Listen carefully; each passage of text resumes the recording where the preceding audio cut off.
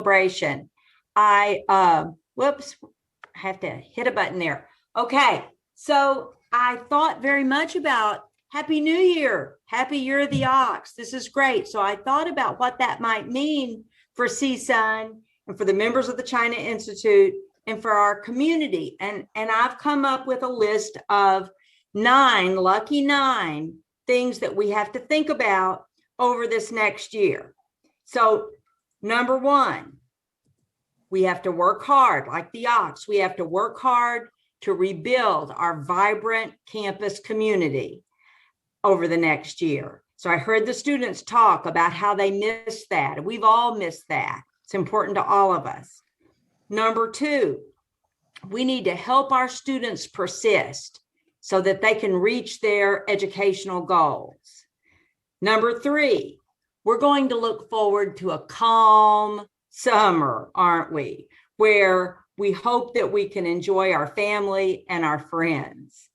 Number four, we're going to work, as President Beck said, we are going to work hard to rebuild and strengthen our international ties that bring so much to our campus. That's an important goal. Okay. So where am I? Number five, we're going to show the strength of our community in coming back together, stronger than ever.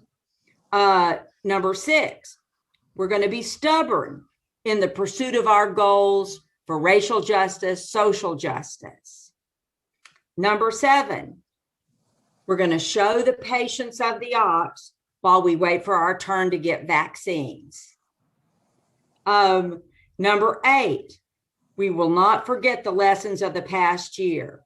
We know that our flexibility and our willingness to work hard have paid off for us, and they will continue to pay off. And lastly, just as we work hard for these goals, just as we persist and show our strength, we're also going to work hard to celebrate enthusiastically the good times that we're going to have over the next year. So thank you again for inviting me to celebrate with you. Thank you so much for your kind words. And we really look forward to work together to build a better community and build a better future. Let me introduce our next speaker. Let's see. This is actually our dean, Dr. J.K. Startup. The China Institute is housed in the College of Humanities, and its operation are fully funded by the College of Humanities and supported by staff. So we have received valuable support in the last 5-6 years when we started to be housed in the humanities. So I really want to thank Dean J.T. Startup and her staff and all the invaluable help to the CSUN China Institute. Jackie here, sorry. So, here we are. Here we go. Sorry, I got kicked out for a second. I think as you made me a panelist, so I was here and then I got kicked out, and now I'm back. So, hello. Okay. I'm so glad to be here. Thank you for inviting me. I'm super excited to be seeing the festivities today. I'm afraid I don't have a prepared speech like Mary Beth did. That was really fabulous, Mary Beth. Thank you. A whole list of 9 great things. So thank you. I'm just going to say I concur with Mary Beth. But thank you so much. I'm super excited to be here, and I really just enjoy so much seeing all the great things that the China Institute is doing, and very much appreciate being here tonight. Thank you so much, Jackie. I'm really happy to see your face again. It's really not so easy now to see you in person. Now we move on to our next program. We have a lot of things to share to do today. Let me see. The next part is we try to highlight, especially given our president and provost, the deans are here. We actually have a lot of honored guests here today. We have also the Vice President, William Watkins here today. We have the Dean of the University Library, Mark Stover here. have the Dean of Social and Behavior Science, Yan Sersi here. And so there are also many, many friends of the CSUN China Institute here. So we want to share with you what the CSUN China Institute is about. And we want to share with you that every college at the CSUN campus has made great contributions to CSUN and the community. So we want to have the representatives from every college, the 9 colleges. Justine will have a separate presentation because she has done so much. But all the other colleges have 1 or 2 representatives to tell us about what they have done, some highlights in their college and department. So without further ado, I will introduce the college representatives. Let's see, let me share again the screen here. They are separate. So here is, that's the one to see. So first, let's see, go to we just listed by alphabetical order. So we go from the Marker College of Arts, Media and Communication. The presentation will be done by Mei Qin and Yue Zheng. Go ahead, please. Okay, hi everyone. It's great to be here and Happy New Year again. And I'm going to speak a little bit of exchanges my department has with Chinese universities under the support of China Institute. Move on, the first slide. I will introduce 2 cases. The first is a collaborative biennial art exhibition of students from CSUN and the Chinese universities.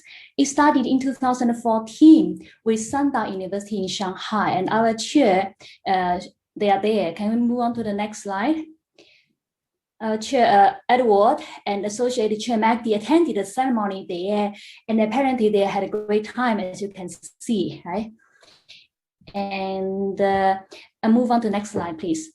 In 2020, this program expanded into a 4 university collaboration, showcasing students' artworks.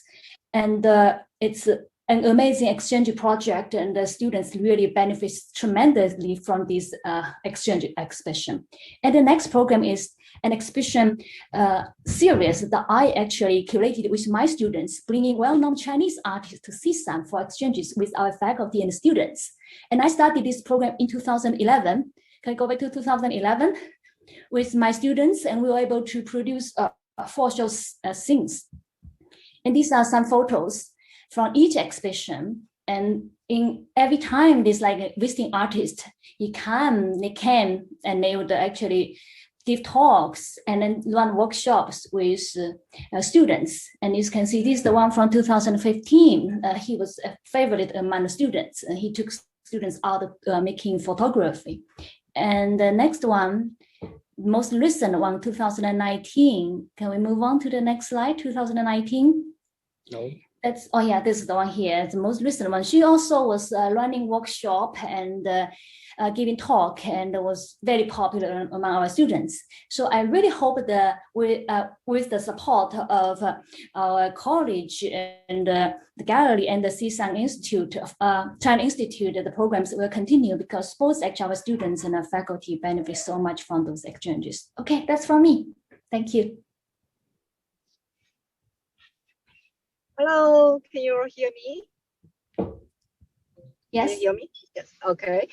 So hello. So can you go back to the last slide a little bit? So yeah, this is in Eugene. So I'm going to introduce, our Department of Journalism. So this is our department, and this is how we usually decorate our department during Chinese, New Year.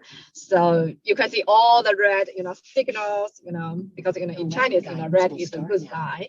And so, and please go to the next slide. Yes. Please go to the next slide. So our department has a lot, collaborations with, Chinese universities. So for example, like for me, I personally did, guest speakers in Xiamen University. Right turn. Particularly, sorry, I'm still driving. So our professor, like David Bloomington, and he got invited to, serve as like visiting scholar in Wuhan University, Yishi University, and he took a lot of photos for like local Chinese communities. So these are some of his like professional, photos, taken in China. And please go to next slide a little bit. Yes, so these are, local Chinese, part in a business. And I believe there's one more. Yes. So these are all like, local, Chinese community. So, and David Bloomington also got nominated by CSUN Chinese Institute as the top, top teaching, scholar, top teaching award, I believe, a few years ago. So we expect to have another, visiting scholar coming from China next year. So hopefully, even though, it's unknown about, next year policies for like, visiting scholars and visa, this kind of thing. But we expect, more collaborations with China, in next few years. Okay, so 1 minute. Okay, so thank you. Yeah, there's a couple of more pictures. We are also showcasing those pictures just right outside of the window, right outside of journalism department. So if we go back to CSUN, please welcome to stop by, Department of Journalism. So you will see those pictures. Okay, thank you. Okay, thank you, Mei Qin and Yue. Next, we move on to the Nazarene College of Business and Economics. Here we have Kunpeng, who will present for his college. Happy New Year, everyone. So I will represent the College of Business and Economics, and I'm going to talk about how the college is connecting the students with China, and also how our faculty members and contribute our efforts and to give more connection with China. So the first of all, and our college has a study abroad program. So we call it like China Study Tour. And it's been, I think, has a long history before I joined CSUN. But since I joined CSUN, and we have been doing it or planning to do it for 3 years. But because last year, because of the COVID, we canceled the trip. But we successfully run the trip for twice, starting, I think, 2017. And so because this is very important for our students, because research have shown that if the students have more international exposure at the school level, and they can learn how to conduct themselves in any environment, and they learn how to learn different perspectives and all kind of networking skills, and have been more confident. And also the research also show, and the students have more international exposure and will perform much better in the corporate level. And that is what we want to do to our students, to give them this international exposure through this study abroad program. So on the program, we do business visit, and we also have culture visits. So next slides would be, we were learning how to, learn Tai Chi from a Tai Chi master in a park in Beijing. And also we try, local food, and we talk with local students, college students. And so we're all adventurous, and we're all immerse ourselves into the culture. And of course we do some some sightseeing with Great Wall. So everyone loved that. So that is our study abroad program. So it's very well received. And also in our college level, we have so many faculty members at collaborating with Chinese university and scholars. So all those collaboration has, resulted in lots of publications, conference, seminar invited talks. So in this picture, we have our finance department chair and Zhongguo Zhou, and he's giving a talk in China. And also we have Jeff, and from the RS department is giving an invited talk. So, and all those, and we also have other activities. I think John also, or Zhongguo also supervised, and also I think other faculty members, and they supervised visiting scholars, and also taking on some extra duties to give mentorship for doctor students in China. And they have great results and all very well received. So overall, we have college level collaboration with China, and also faculty member on their own, and with all kind of collaborations. So it's all like in all different perspective, and we try to connect the college with in China in the students level, faculty level. And so we want to have more collaboration, and hopefully we're going to have much better results next year, since the COVID thing can, going down a little bit. So, and that is my presentation. Thank you and Happy New Year. Thank you so much, Dr. Kunpeng Li. It's a wonderful presentation. And next, we have the College of Engineering and Computer Science. Will be presented by Dr. Bingbing Li. Yeah. Happy New Year. Yeah, this is Bingbing. I'm going to go over pretty fast for our college. I think up to now, our college, the international collaboration is relative small. So we had the 2+2 joint program for the bachelor degree in electrical engineering with Shanghai Normal Universities between 2010 and 14. And then we also have quite a few visiting professorship from Nanjing University of Science and Technology. And then for the manufacturing system engineer department, we signed the MOU in 2017 because the president from Fujian Polytechnic of Information Technology University, they visited us and then signed the MOU with our dean. But that one was not implemented yet. But we do have visiting professorship from like Tianjin University of Science Technologies and the Tianjin University of Technology Education between 2016 and 18. And I hope our college can move forward with more collaborations with these international ties. Thank you.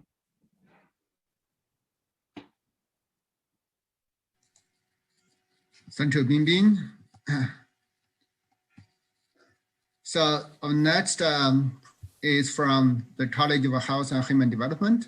We actually have two really powerful scholars. One's Dr. Yi Cai from the Department of Family and Consumer Science. Yi is the chair of the department. And also another chair, Luis Rubino from the Department of Health Sciences. And they have done a lot of collaborations. Lu is one of the most accomplished scholar and the pioneers with the Chinese collaborations. So without further ado, please go ahead. All right, Happy New Year of the Ox. 新年好. Thank you so much for the opportunity to talk about this our connections to China. In the College of Health and Human Development, both family and consumer sciences and health sciences have long history of connecting and collaborating with institutions and colleagues in China. So in many aspects, actually, such as joint programs, scholarly exchange, visiting, professorship, research collaborations, and joint publications. So, next slide, please.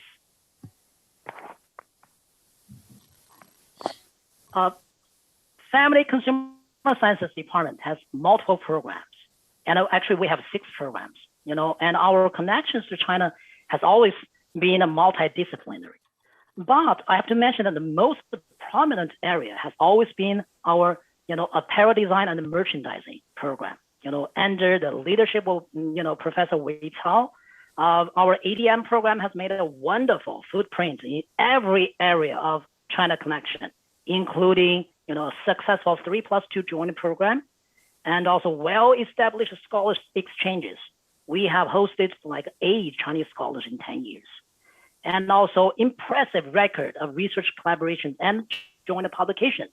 We have, I actually, this is pretty conservative. I accounted 10 faculty journal publications, but we have more than that actually, and also we have this, FCS fashion study tour in China. Students are very, very, they love this tour very much. They always ask me, oh, when would be the next study tour? But, we definitely will plan for that, so that's our department. So I'll turn this to Dr. Lou Rubino. He will talk about the China connections in the Department of Health Science. Thank you, Dr. Kai. Thank you, Dr. Kai, and thank you, Dr. Sun, for that very generous introduction. The Health Administration Program is one of the programs in our Health Science Department that has a robust collaboration with China in the last over 20 years. We're very proud of a 2+2 program with Guangzhou Medical University that we've had 18 graduates that have come out with a dual degrees from both the medical school there as well as ours. A few of these students have even come on to our Masters of Science program in Health Administration and been very successful. We also have had several scholars that we've hosted. Faculty serve as mentor of these scholars seeking degrees in China, but coming here to do their research. We also have visiting professors, some of our faculty right now at 4 Chinese medical schools, Yunnan, Sun Yat-sen, Guangzhou Medical University, and Hubei Medical University. And faculty is able to go there and to do lectures and to collaborate. We also have been very proud, and Dr. Justine Su has helped us to coordinate this from the very beginning, a medical management training program that is done at CSUN for medical professionals in China. Most of these professionals were mid-level hospital administrators or bureau representatives. Now they're top-level executives, because this has been over the last 20 years.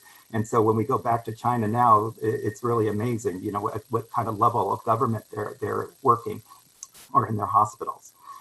So that's ongoing still. We started with the China Institute, and then we turned it over to the Institute for Community Health and Wellbeing as the host agencies. We've also had, just like FCS, joint publications in international journals with our faculty and with the faculty in China. And one of my highlights of my whole career here has been to be able to lead 4 student travel tours to China, looking at their healthcare services with public health and health administration students. That was through SANG, and we hope to be able to do that again. Going through, the risk management procedures and things. We really are excited about the openness that will come hopefully with the new administration. Personally, I'm hopeful to go to China to work on my sabbatical in the fall. It's on artificial intelligence and comparative studies in medicine in the United States and in China. So I'm very hopeful. I had my second shot and I'm ready to go. So now we just have to make that happen. So Happy New Year to everybody. Thank you so much, both Dr. Tsai and Dr. Rubino. Next, we move on to the College of Humanities. This will be presented by Dr. Junliang Huang. Hi, can you hear me? Yes. Yeah, good evening, everyone, and thanks so much for joining the celebration with us tonight. My name is Junliang Huang. I'm an assistant professor at the Department of MCLL and the representative of College of Humanities on the CSUN China Institute Advisory Board. As Wei Ming highlighted just now, the China Institute is housed in the College of Humanities, and we have been receiving a lot of support from the college. Since I joined CSUN in 2015, I have participated and contributed to many academic and cultural events related to China studies, and Chinese culture that were organized by the China Institute. Here, I'd like to just very quickly highlight the China Institute Speakers Series that we started in, I believe it was in the year of 2016. So we have organized over 20 lectures, all given. I only listed here those ones that were given by outside speakers. As you can see here, the topics cover a wide range of subjects and they all addressed very popular and hot or popular topics related to China studies for China. And all these events were very well received by the students and faculty members at CSUN. They have created great opportunities for the CSUN students and faculty members of China studies to be exposed to different cultures and perspectives. And also they helped promote active communication between CSUN and other institutions in the area, and we believe it has also increased the visibility of CSUN China Institute in the local intellectual and cultural community. And if Wei-Ming, you can move on to the next slide. As you can see here, I've included a lot of a list of the cultural events organized since spring 2016. They include a series of film screens, and all the film screenings were also accompanied by panel discussion, which means we're not just showing the culture, we've also actively engaged students and faculty members in the discussion. And as you can see, they were very well received. And I think we have a couple more pictures. These are all from the events and film screening that we have done in the past few years. So we plan to resume this kind of activities and events in the future as soon as the COVID is over. And we can't wait to see some of you there in our future events. Thank you very much.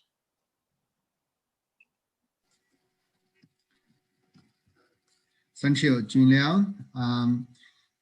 That's really a lot of lectures and events were organized.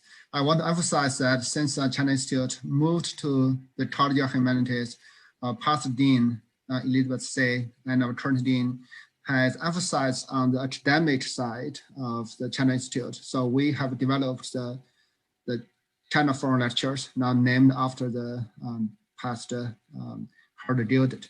You can see his picture in one of the slides there. So we are honored to have that mission, and we continue to promote the academic studies of the Chinese culture, Chinese country, the issues between the Chinese and US. So next we move on to the College of Science and Mathematics. The Dr. Motion Miao will give us a short presentation here. Thank you. Okay, hi everybody, Happy New Year. Yes, well, I'm from College of Science and Mathematics. I will emphasize a little bit more about what we have been doing, not just our relation with China or international collaborations, but rather what we have been doing in the research in our college. So next slide, please.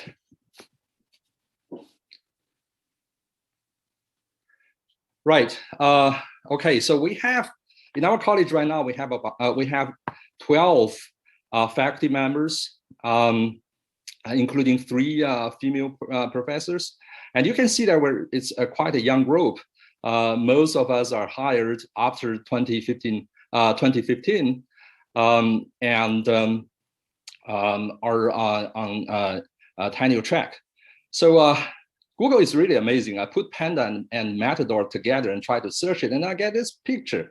You have a panda and you have an ox. I just realized it, but I don't know whether that's the right way to celebrate the year of ox whatsoever.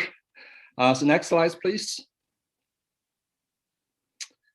All right, so for research, there are a couple of things that are important. Bring in money and bring forth the publications. And I think the Chinese faculties have done a really good job on that. In the past 5 years, we roughly bring in about like 10 million, mainly from the major funds. For example, this one from the PREM funding was led by a team led by Professor Liu and a couple of other Chinese faculties also in the team. And this is the quartile scholar won by Professor Lau in physics department. And also we have a couple of career awardees. We have 2 career awardees, which is Chinese professors. In total, CSUN has 6 awardees, career awardees, which is quite an impressive achievement. And also we get grants from DOE or NSF and so on. And if you look at the publications, many publications are really in the top journals like Science Advance, Nature Communications, PNAS, Anguada, JAX, those journals. If you work in the field, those really are the journals that make you very excited about. So in total, in the last 5 years, we have published 230 papers. The total number of the publications in our college is about 1,000. 1,000 papers. Okay, next slide, please.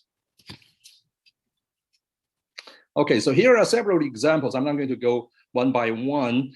So this is a work done by Professor Lu and Professor Zhang. They published their result in Science Advance very recently, dealing about the 2D, very noble 2D materials, its reaction with while you're shedding light on it. And this is a work done by Professor Sheng in physics department, published in PNAS, also very recently. So dealing with a very exotic spin state in exotic material. And this is a work done by Professor Law from physics department.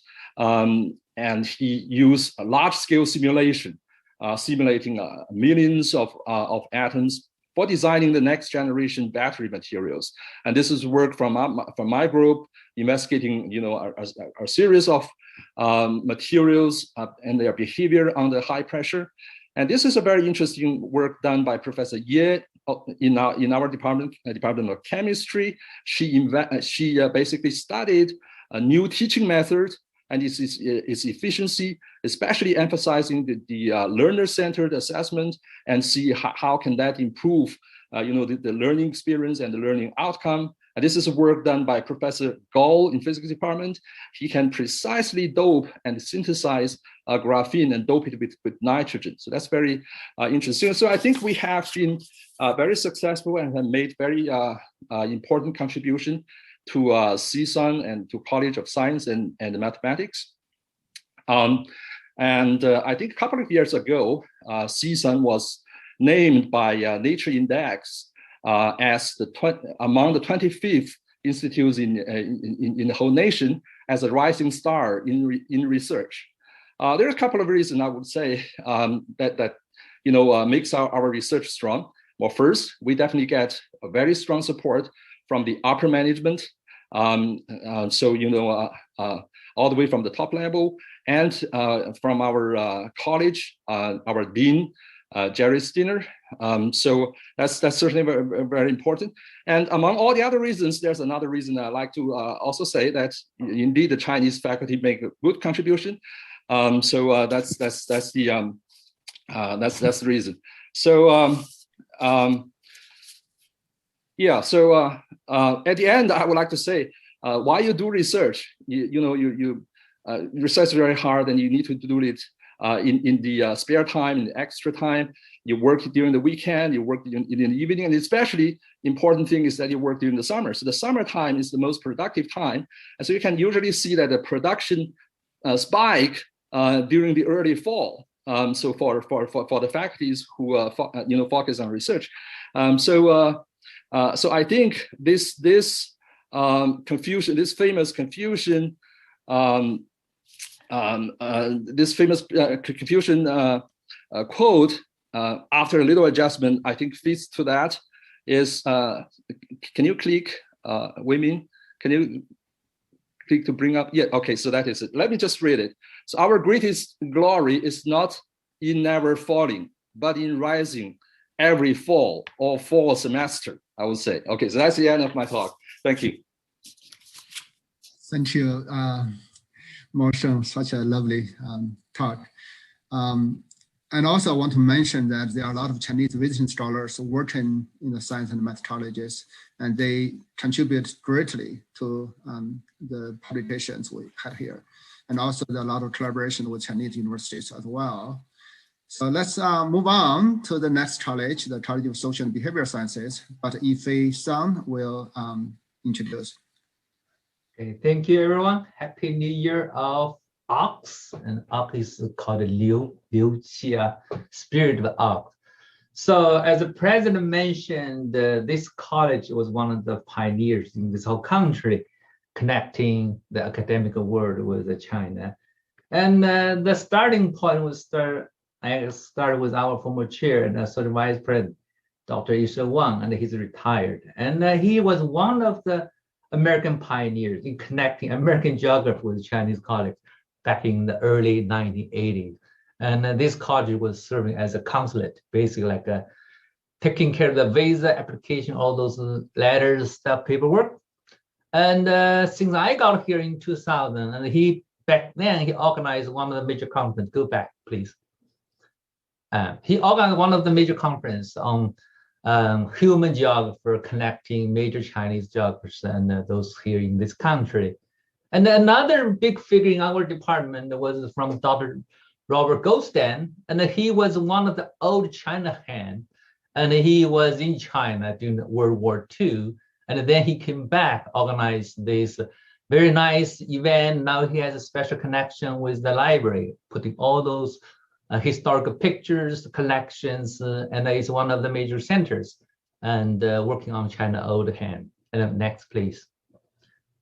In terms of within younger generation, not young anymore, and then we have faculty member from sociology, like Dr. Wendy Wang, and also Dr. Victor Shaw, and both have been working very hard in working research on China-related topics, working in collaboration with Chinese colleagues, taking care of lots of Chinese visiting scholars.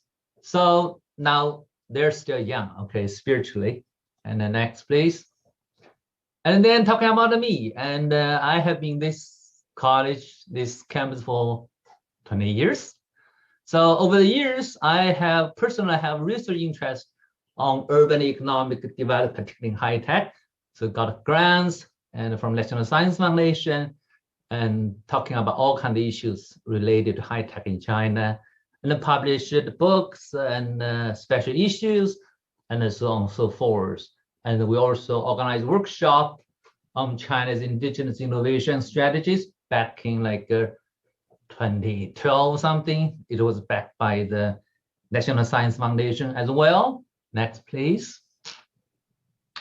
So we have taken care of lots of visiting scholarship. My personally taking care of people from CS, Shanghai Jiaotong University, is China, Jilin and Henan, and all those universities. And I'm also a visiting professor with those places, and host a number of high-level workshops. And one of the major ones back in, I think, a number of years ago, when the Chinese Academy of Engineering and had a number of top academies from China, we host a workshop here.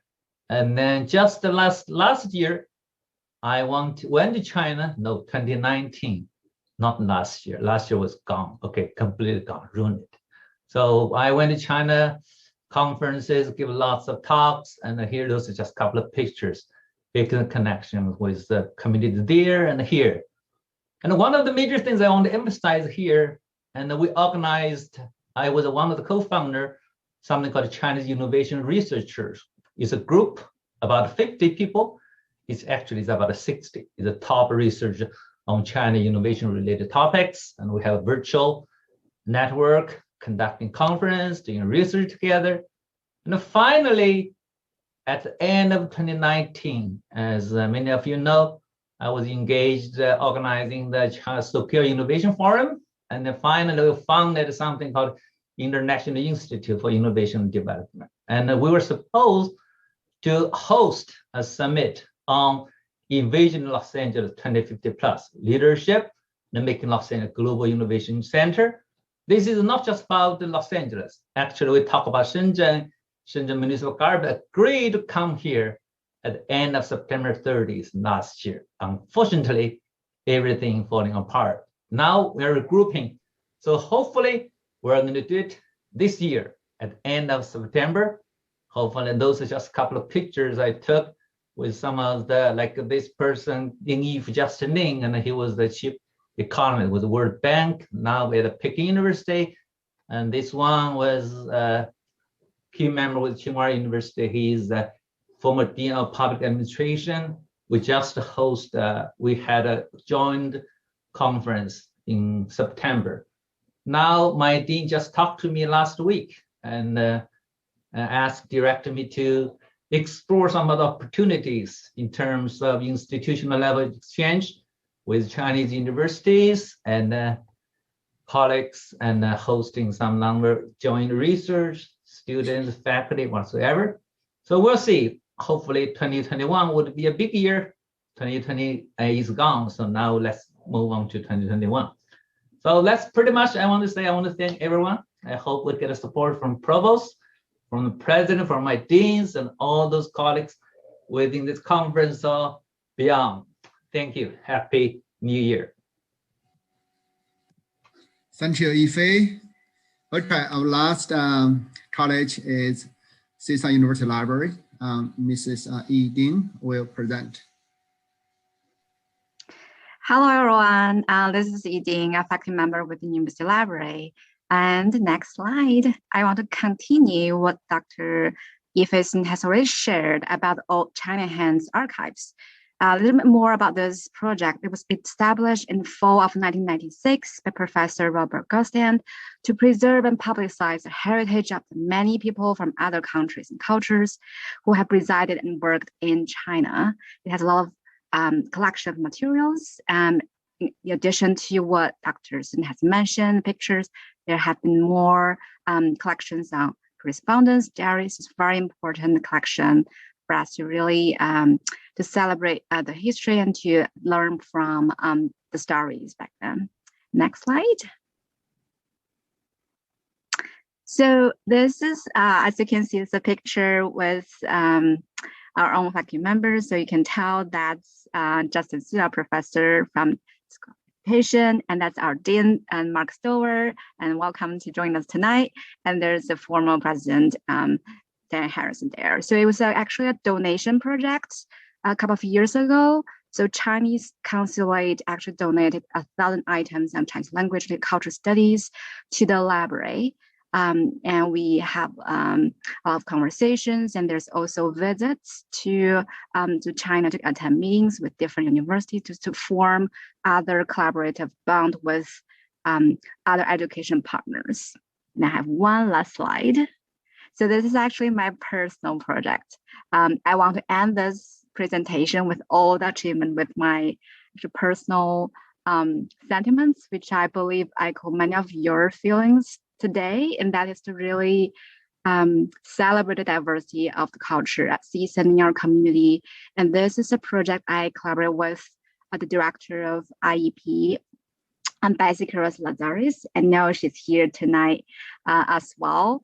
We conduct research to learn the specific learning needs and also some challenges faced by international students, now of which Chinese international students is a big population of. Also really gave me insights of the commitment of the educators here at CSUN to incorporate the culturally responsive teaching and to really address a lot of issues that are faced with our underserved students. And I have been feeling very grateful to meet my colleagues here at the library and actually all over CSUN.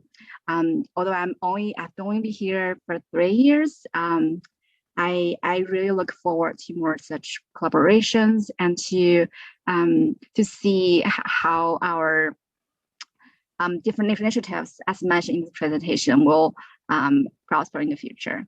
Thank you and Happy New Year. Thank you so much, Yi. As you can see, the CSUN China Institute does not just represent the College of Humanities, it actually represents the whole university, and even you can say it represents the whole world. So that's the current situation of CSUN China Institute. But I want to let Justin Su tell us a little bit how we have got here and the history of China Institute a little bit more. So let's see. Justin Su, I just say a few words about her. She has been such a tremendous leader of our community and at CSUN. She served as the director of China Institute for more than 20 years. And under her leadership, CSUN has become one of the world leaders in US-China educational exchanges and in US-China educational cooperations. So without further ado, I'll let Justine talk. So let's bring her PowerPoint here.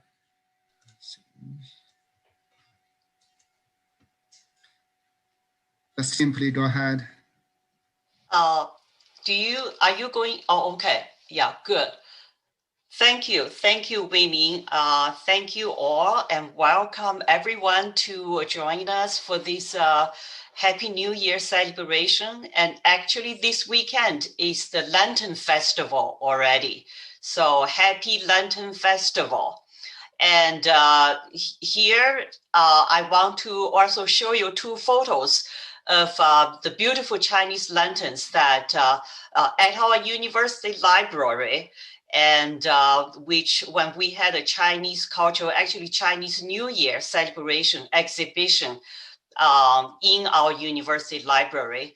I know Dean Stover is here. I want to take this opportunity and to really express our great appreciation to the university library for hosting many cultural educational events, and the Chinese ambassador gave talk there. We had Chinese music festival, Chinese film festival, Chinese arts exhibition there, many activities.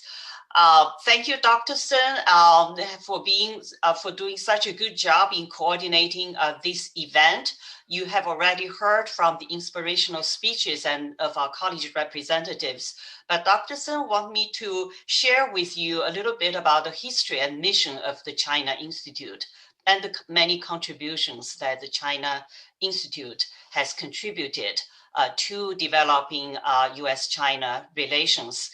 As you know, when I hear from the president, I know the president already knew that the China Institute was established a long time ago, in 1982, and for the mission of promoting friendship, understanding, exchange, and collaboration between CSUN and China. We actually created this flag with our mission on this. And again, I want to thank the university library. I think they have already archived a photo of this flag, but we still have some of these flags. So next time when our new President Beck, when you receive the Chinese delegation and our provost, then we'll have copies of the flag for you. But I want you to know that all of our CSUN presidents since 1981 visited China to establish and promote exchange and collaboration. And they have signed over 60 MOUs with Chinese education institutions. And this you see the photo of first, the president here, former President Cleary visited China as early as 1981. I think CSUN was one of the very first American universities to establish formal academic exchange relationship with China. And the next President Blenda Wilson, also visited China. And when she visited there first time, she was conferred honorary professorship in many Chinese universities, delivered a keynote speech at Peking University. And here she also, she's at the Xi'an International Studies University. And then President Castor went to China, and by Associate Vice President Mac Johnson, they played a major role in promoting CSUN relationship. And here they are on the Great Wall with the CSUN women's volleyball team. And then, of course, in the past 8 years, and former President Harrison visited China several times and then got together. Everywhere she went, she was warmly welcomed by former CSUN visiting scholars and students I know they are looking forward to welcoming our new president and new provost and our deans to visit them again. So as you have heard already, we have developed many exchange and collaboration projects in research, teaching and learning, forums and conferences, exhibitions, performances, and festivals. Since you have already heard from different colleges, I'm not going to go into details, really cover all the colleges. And this is the Chinese New Year celebration banquet would look like if we can have it in person. One time we had 230 Chinese students performing on our stage at the Northridge Center. But the most successful, I want to say, important programs we have developed including our students' visit and or studies in China. For example, our women's chorale performed in China twice. One time performed in 7 universities. We're going to watch a couple of their performances at Peking University, which was reported by the Chinese Central TV station and to 1.3 billion people. And then also, you have heard already, you have the joint art exhibitions and publications for the past 7 years. And that was established when former President Harrison visited China in 2013. And then now the 4th publication, the beautiful art picture you've seen there, is on the way to CSUN, and I think with a copy for our president. So you will get that very soon. But the women's chorale's performance in China was sensational. And then since 1999, over 80 CSUN students received full China Scholarship Council scholarships awards to study in top universities in China. All of them claim to have had life-changing experiences. So we actually did an evaluation study because they all claim that the experience in China changed their lives. And some of them were still in China. And then they were not only studying there, they were also teaching colleges and teaching in schools there. Next. We have then also developed various training and study programs for Chinese scholars and students, including the long-term half a year or 1 year visiting scholar program, short-term training programs, and workshops for educational healthcare, business, government, and tourist management leaders, joint degree programs, including 2+2, 3+1+1, 1+1+1, in finance, music, engineering, graphic art, health administration, and education, exchange students programs, music and theater performances, art exhibitions and workshops, summer camps, regular degree programs. Many Chinese students are in those programs. Extended learning programs also have many Chinese students in the IEP and also the MPA program. Or students returned to China, became ambassadors of friendship and leaders at work. And the bottom picture there, you saw our former president and had an alumni gathering in Beijing when she was there last time.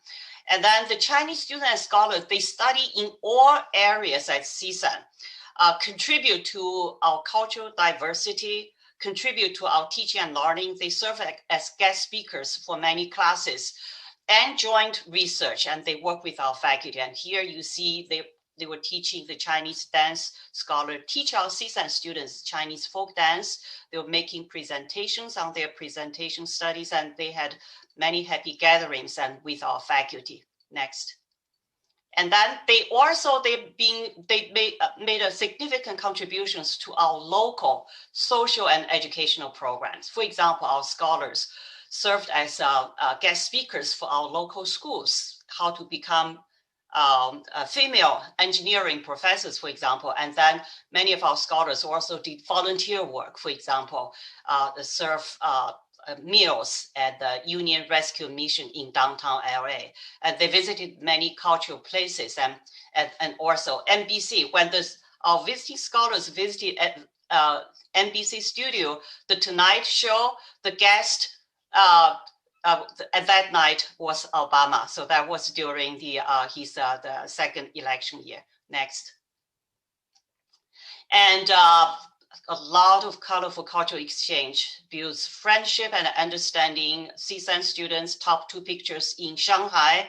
Our theater students, film and television students, and had a joint performance with Shanghai students at the invitation of the then former Secretary of State, Hillary Clinton, at the American Pavilion in the World Expo in Shanghai. And then down there, you see we have many colorful performances from China, including Peking opera and then modern drama. Next.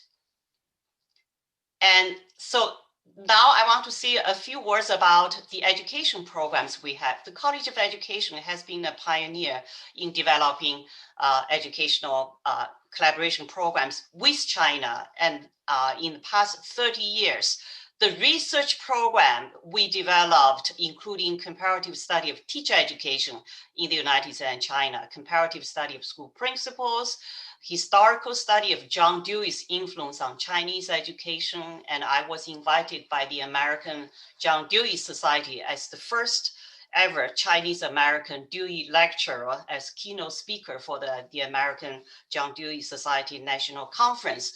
And comparative study of K-12 education and evaluation study of the impact of American student studies in China. We also created a comparative studies endowed scholarship at the College of Education for our students. All our studies were presented at international conferences and published in top peer-reviewed education journals in the United States and China. And you saw the photos of our former president, provost, and our former dean, all published education papers in top Chinese education journals and as a cover page. And we continued our research studies, and under the pandemic, even in the past year, we continue to publish in the top. This is the very top comparative education journal by the World Congress for Comparative and International Education, and also in Chinese journals. And we also attended even online international conferences on education under COVID-19. And then we have translated and edited the major works in teacher education and school reform from English to Chinese. And it's the joint publication projects by American and Chinese publishers. And we have also joined degree programs, exchange visits, forums and conferences, professional development programs. Our education faculty have served as keynote speakers at international conferences and forums and education think tank in China. But our local school leaders, teachers and students, and we also helped facilitate their visits to China. And then we have provided many professional development programs for Chinese school principals and teachers at CSUN and in local schools. And actually last spring, we had to cancel 3 Chinese school principal training programs because of the pandemic. We also developed a 1+1 joint degree program in educational leadership. And then we created a scholarship for comparative education. So these are some of the photos of our professional development programs for Chinese principals and teachers, both at CSUN and in our local schools. Next. And then we facilitated our local school teachers and students visit to China for teaching and learning. They're not just sightseeing there, they actually went into Chinese schools and to learn what's going on in Chinese basic education, but also to teach Chinese students. In these pictures, and you see this is the largest group, is 120 teachers from one school, a charter school, visited China 1 year. Next. So as you can see in education exchange programs, it's not just a few or dozens, it's hundreds and thousands. And then finally, I want to introduce to you, and as we're going to share some valuable video programs today from CSUN's Women's Chorale's performances in China. And this was led by Dr. Catherine Baker, who is the director of our Women's Chorale and University Chorale. And she took our Women's Chorale to China twice. The second time visited and performed in 7 universities. She also presented at international conferences on music education, both in Beijing and Shanghai. And she went to China on her sabbatical and taught music in several cities in China.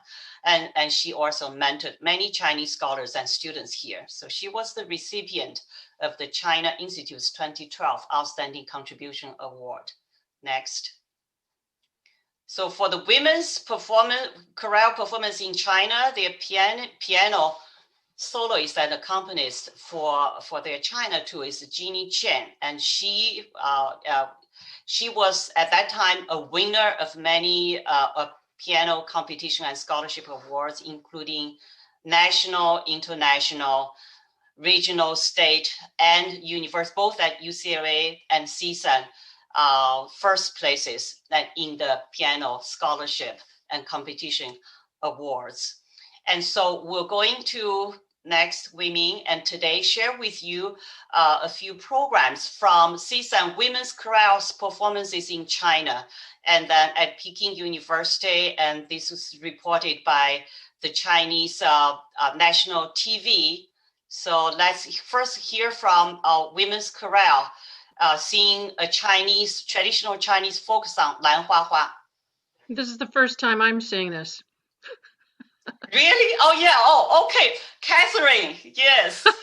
Okay. I'm going, oh, I hope we did really well that day. You did. Okay, Great, thank you, Catherine. Justine, Okay. so much. We may not have too much time, so I'll just play one piece from each. So let's see first one from the Women's Chorale. And thank you, Catherine, Dr. Baker, for being here today. Let's just enjoy.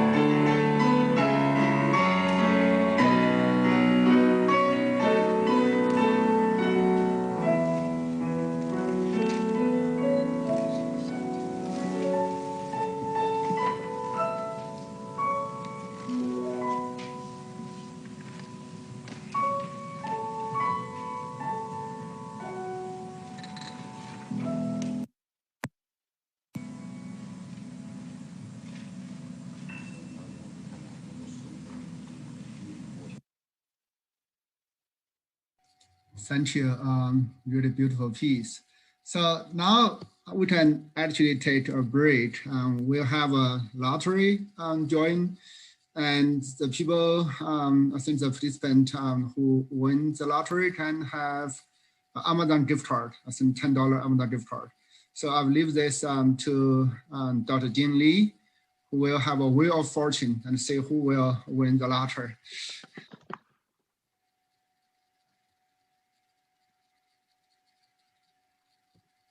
Dr. Jin, Dr. Lee. Yes, give me 1 second. I didn't check how to share the screen. I think the Zoom automatically changed something. Okay, it's a break anyway, so.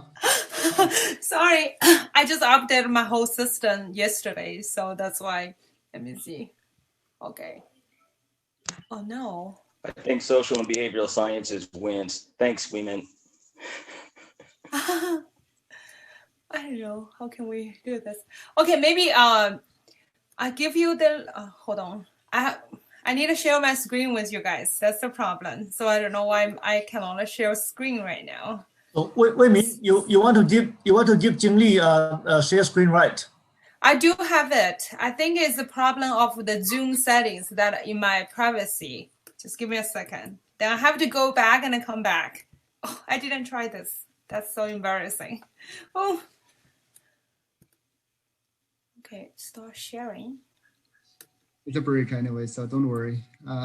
Oh, I need to go open my system preferences. I didn't expect this because I haven't updated my system for years. Don't worry about it. We just. Quit now. Okay, I will come back. I need to go and then come back. So we'll wait for you, and we can just go ahead with the program. So we really want to take a moment to share and to dedicate some time to the memorial of Dr. Radcliffe. Let me share my screen.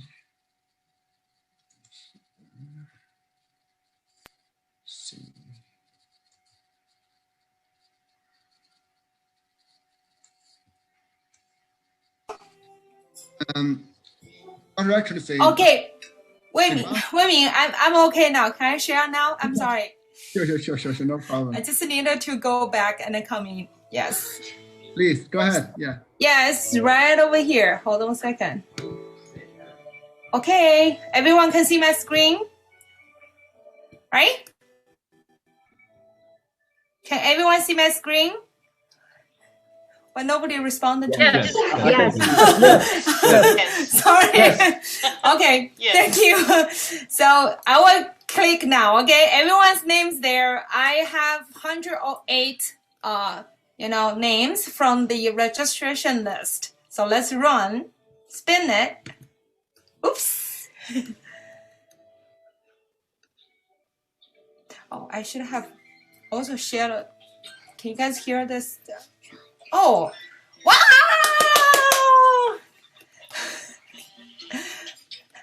Congratulations to my colleagues and friend Zhen Chai. You are the first winner. Okay, I'm not going to remove you because we'll have several rounds. Okay, let's try one more time. Can you guys hear the sound from the computer as well? There's like a clapping sound. If no. The winner, no? I think I need You have to share sound. I think so. Yeah. Let me. Oh, where's the? I just have to.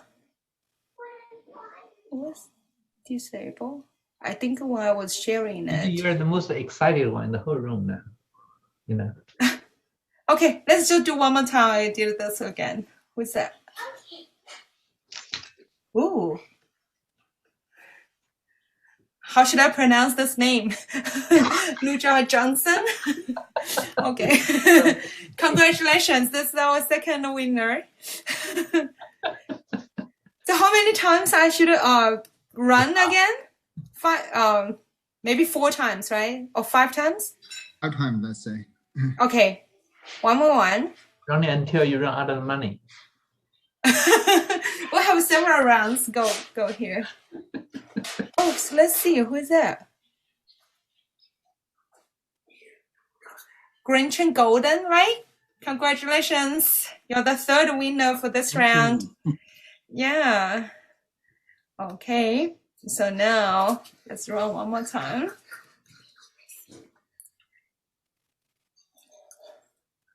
Ooh. Ben Zhenshu. Congratulations to you. So this is a fourth, right? So I think, are we good on now or you do 5? I'm sorry, that was my mistake.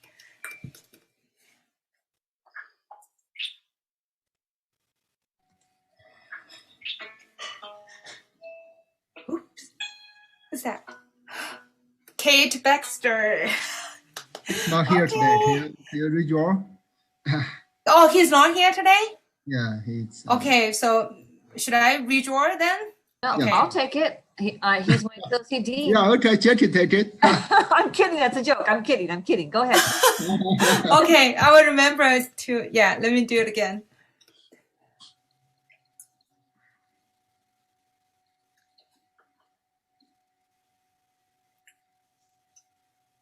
Is Ingrid Stock here? Congratulations. You are the last winner for the first round of lottery. Okay. Happy New Year to have, yes? I think your machine is biased. It always takes long names.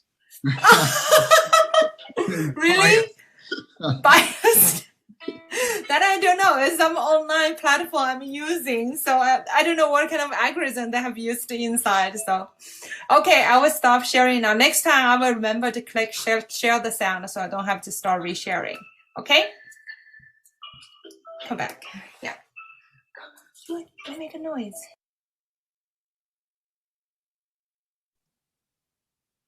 I'll mute myself. So let's move on to our programs.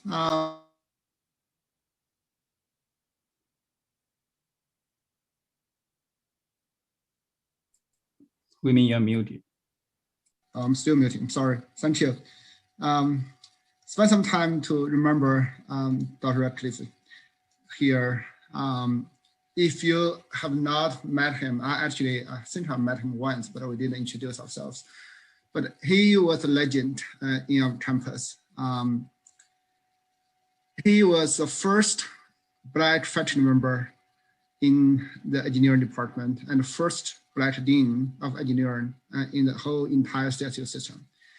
And not just the position, but really his spirit, his words that transform, that impact the whole community. And one statement I like the most is that he said, I was Black, I was poor, I made it, and you can make it too. So really true model for our students. And he was also one of the founding members of the CSUN China Institute. And you can see today, Dr. William Watkins, I asked him to speak, but he said he wouldn't, but he wanted to make sure his words was heard, or will be heard here. See, Dr. William Watkins said, I count myself fortunate and honored to have partnered with and supported him, and as he blazed new trails in the field of engineering education. Then he was able to support the minority engineering program at a time that CSUN probably had its highest enrollment of Black students majoring in engineering. Equally important was his love of the Chinese culture and his statement of he put his discussion in his many trips to China with other CSUN officials and members of the China Institute. He was a wonderful human being. So here we have two guests to talk a little bit more about Rick. And one is Georgie Zhou, and you may be surprised at why he has a Chinese son. George will explain that. And Kelsey Gordon, his nephew. So without further ado, I will leave the stage to George. So I'll share.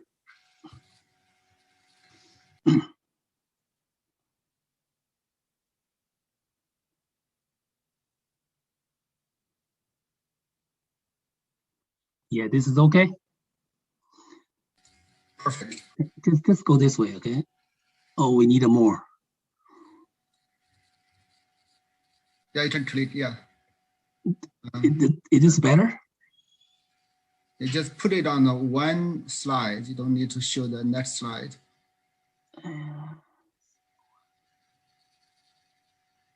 I mean, this way is not. You just show one slide, and now you show the next slide as well. Really? Okay. Hello, everybody. My name is George. Thanks, Dr. Song and the China Institute to have this opportunity for us to share some memory of my dad, Dr. Rick Ratcliffe.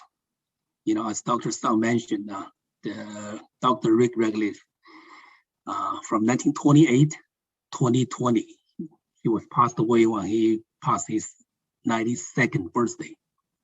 He used to serve in the Army. He awarded his PhD degree from UCLA. First Black faculty member in CSU system. First Black Dean of Engineering in entire CSU system, I think even the whole United States. Yeah, okay. Everybody can ask me the question, why you're the son, huh? Let me tell you the story. Okay, I think the China Institute was founded in 1980 or 81. And I was the number 5 exchange student from China, the first one to engineering school. The first day when I arrived at CSUN, you know, the first American I met was Dean Ratcliffe. He was, you know, in front of the engineering building. He asked me, what's your name? I answered him, my Chinese name is Zhao Jie. And he replied, are you telling me your name is George? So I got my English name, George, first day from my dad. Okay, you can see this is the picture, okay, we took in 1983 and 85 at graduation.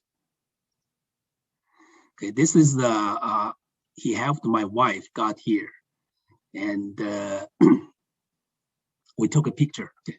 How do we become a father and son? The second month when I arrived here, you know, because one day I was high fever, ulcering, and 80% of my skin was peeling. I was lying down in a hallway not too far from Dean's office, and a lady passed by. She was Rick's wife, Dolores. She found me, asked me, and called Rick. Both of them sent me to the hospital. I was forced to stay there the whole week. They paid everything for me. And they took me back to their house in Beverly Hills. But a month later, they asked me, because they don't have children, if I want to be their children. From that day, that means from 1983, I became to their son. Okay, in the last 35 years, every Mother's Day, we are in their house, and the Thanksgiving days. You know, I never miss any Mother's Day, you know. Okay, 2009, a major media, Chinese media, take a writing contest. My mom, I wrote my first article, My American Mom. That article was awarded first prize and published in China. People were so moved by this love story. You know, time flies. Mom and dad moved into the senior center in 2012. And we visited them, you know, as before. Almost every 2 weeks, we were there. Even 2018, you know, we celebrate there with daddy's 90th birthday. Okay, that time mom passed away already.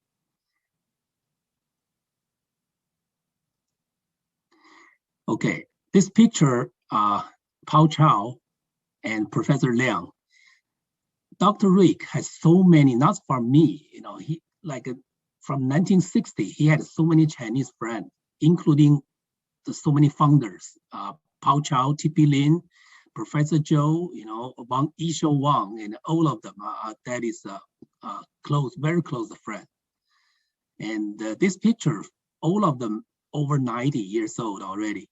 Okay, so this is on his 90th birthday. This is Tim Fox and his wife, and so many faculties, you know, like 30, 40 years ago, they were there. Okay, for example, this is the picture we took in 1993 with my daughter.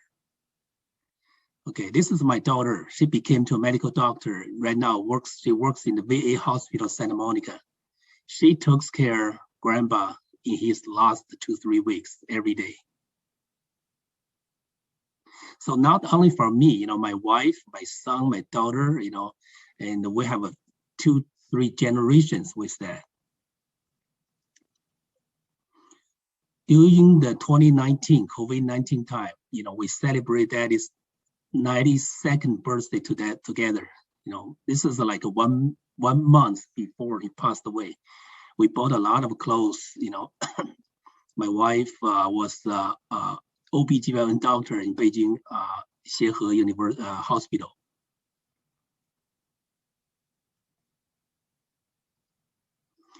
This is 3 days before Dad passed away. We were there every day to be with him. This is in Hollywood Belmont Senior Center.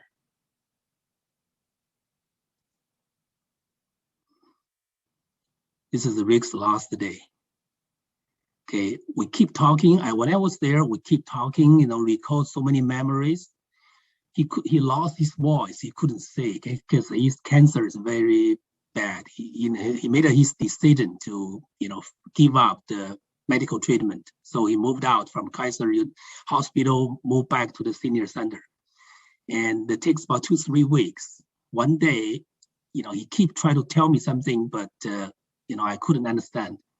And I asked him everything, talked to my wife, my son, my daughter. He said, no. Finally, I said, do you want to talk to my grandson? Because, I had my grandson 2 years old already. He said yes. So I called, they are in Shanghai, China. My son is a medical doctor in Shanghai. So they called back, my son waved, and my grandson talked to him. He smiled and waved, and then closed his eyes. In his mind, he loved Chinese. He loved our family. Before he was going, he still think about my family. He still think about his grandson and the 4th generation. Okay. Earlier last year, a movie group from Hunan TV station came to Los Angeles. They took a short movie, about 15 minutes movie. More than 120 million people watched his story in China. Because most of the people replies, from Dr. Rick's story, totally changed our mind to American Black people. Because I received so many calls, so many prize.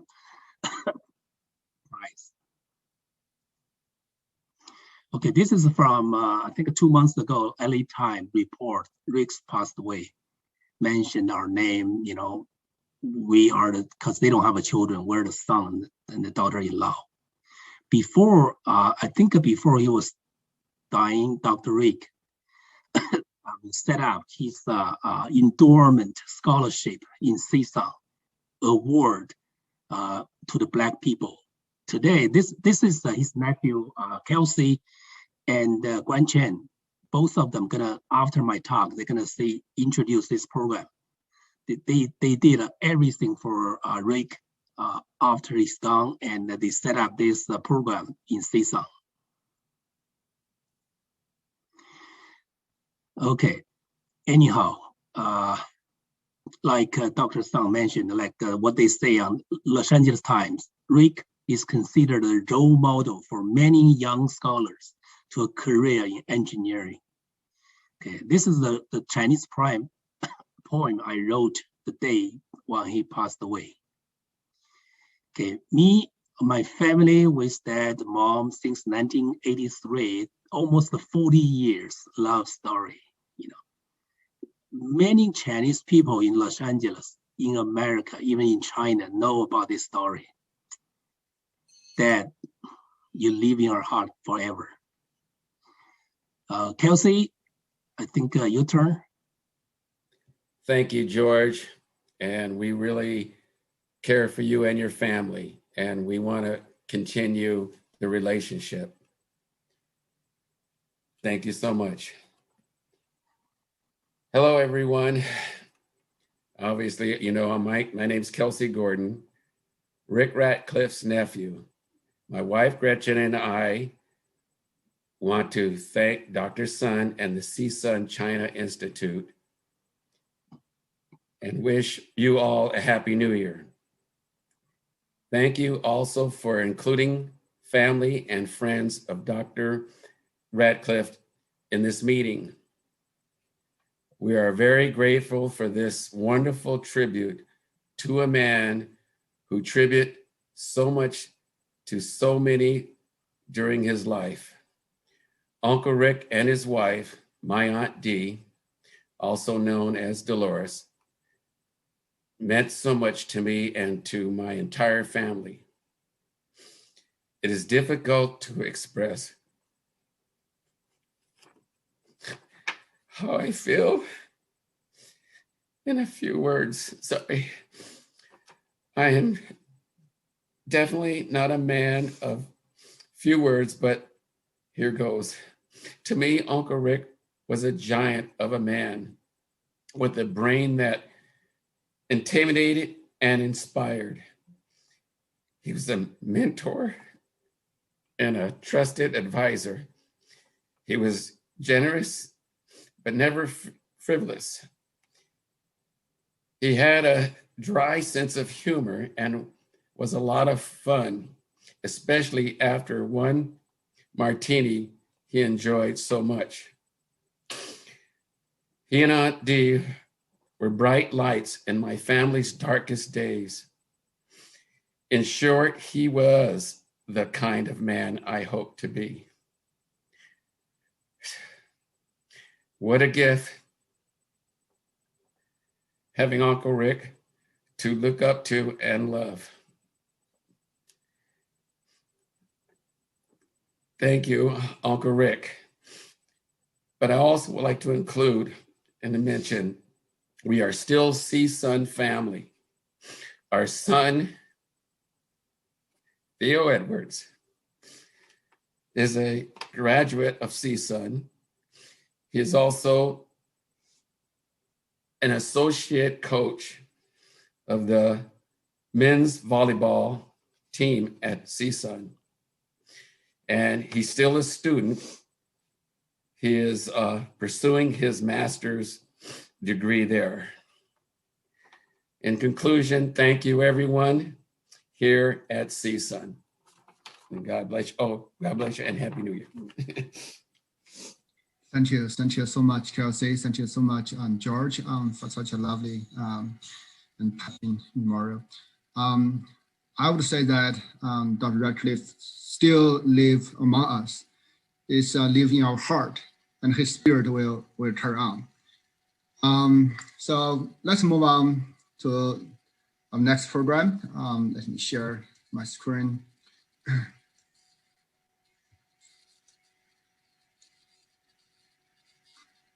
So here, I want to introduce you this year's China Institute Outstanding Contribution Award. That goes to Dr. Bingbing Li.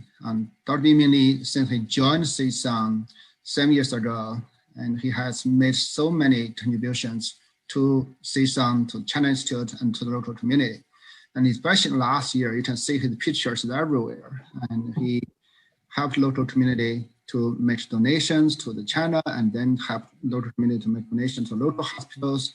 And he used his lab to make the face shield for the local hospital staff. And he's also a great researcher, a teacher, and a really invaluable member of the CSUN China Institute and the community. So without further ado, I'd like to introduce you to Dr. Bingbing Li and ask him to speak a few words.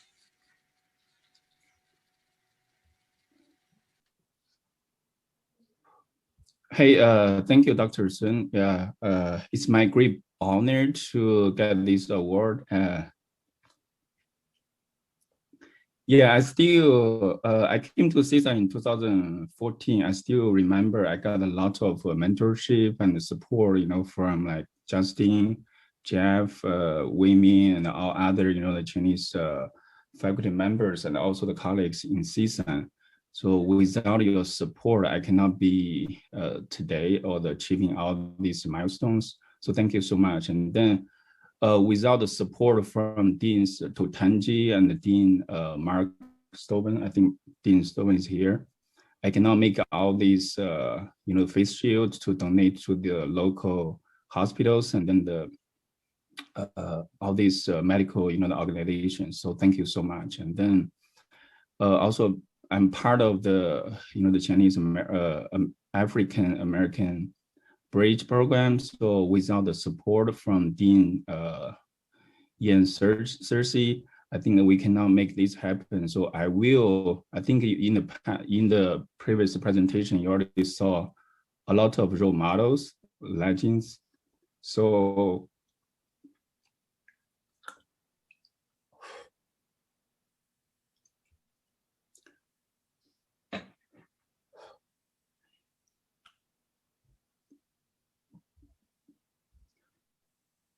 so sorry.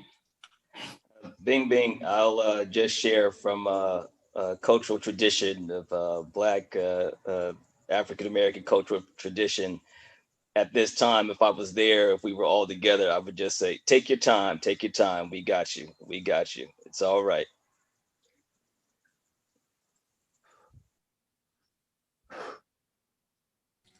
Thank you, Ian. Yeah, thank you. Yeah, I think today my students, Kirsten, sorry, yeah.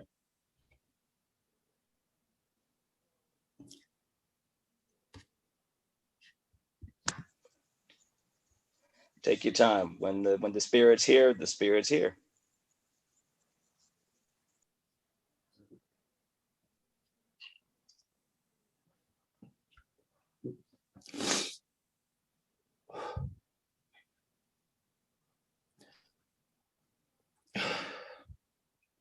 Yeah, thank you so much. I'm so sorry.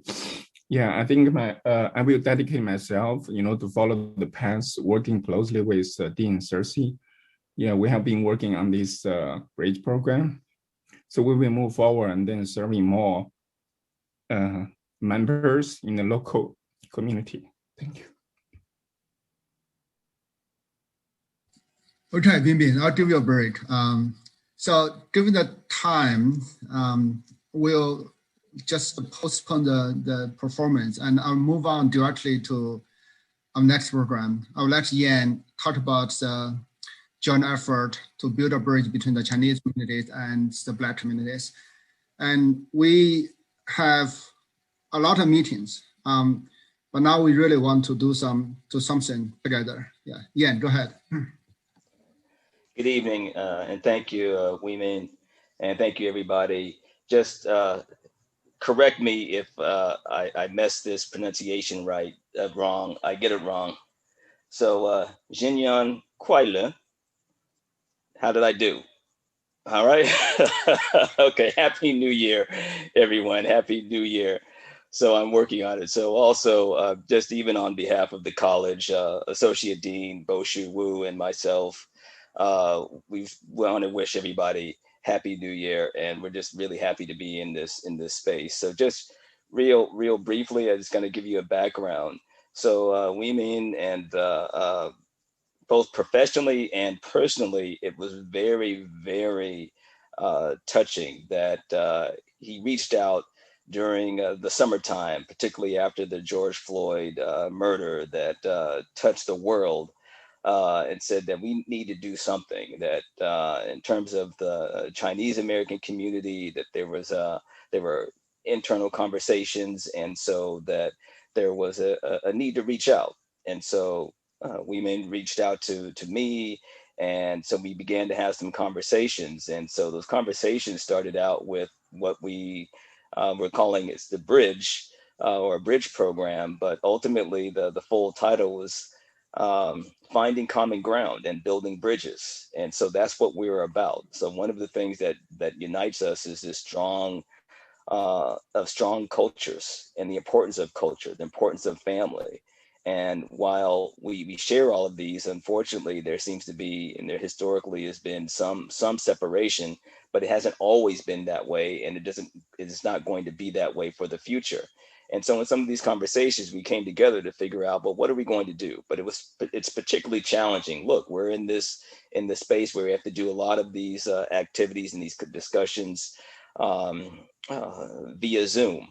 But we work together still in these spaces, and we decided to start with the children. So as it's cliche now, but children may be about 15% of our present, but they're 100% of our future. So we decided to let's start with the children, so they will change the future. And some of those have just started out with conversations, but over the winter break, we started a winter camp, which was sharing cultures. It was a week-long, both academic as well as cultural, as well as even activity camp. And so it was the first one. We've had this cross-cultural exchange, and now we're looking to plan for something for even spring break and then to continue during the summer. But we're really looking forward to bringing both communities together in physical spaces and working with children. I don't want to speak too long. I know we're towards the end of the session, but it's been quite beneficial for both communities. We're looking forward to the future. We're building this out. And so usually it's the start that sometimes we get challenged because like we want more people, but we're also challenged as a result of COVID. But we know that we're building it, and we're building this bridge between both communities. One thing I just have to share, just being congratulations. It's been good getting to know you, even in the virtual space. Jin, Holly, just everyone. It's been good, and we've also had some very candid conversations. It's not sugar coated, and so this route of bringing each other together. We also have to address the past, of course, in order to move forward to the future. So we're looking forward to that, and again, just thank you. The China Institute does phenomenal work. I'm glad to be a part of it. You've got our college of support. Ife had just said that we did have a meeting last week, and I said we need to work on some more collaborations, and so that definitely is in the future. And just thank you, and I really am looking forward to the future. Just one more thing. I just have to compliment you. I think you're the best dressed person in Los Angeles this evening. I really, I don't, maybe the Lantern Festival, but you are, I'll just share with you, you are killing it. All right. You are well dressed. And just thank you for hosting this, and thanks for hosting this space. And again, Happy New Year, everyone. Thank you, Ian, so much. You're such a great speaker. Yeah, without Ian's help, we don't know where to start. But now we're actually getting started. We'll do more, sure. Certainly, I'm changing a little bit of program here and there.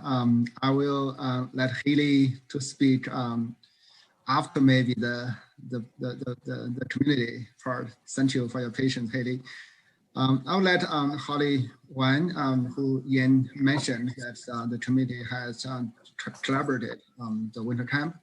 So Holly, can you say a little bit about your group? Hello, everybody. My name is Holly Wan.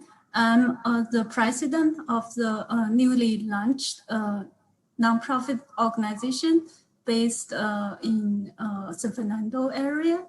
And our goal is to serve the community family to provide more education resources and also to provide qualified, high quality community service opportunities for our students.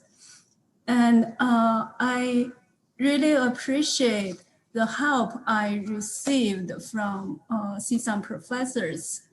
As Bingbing mentioned,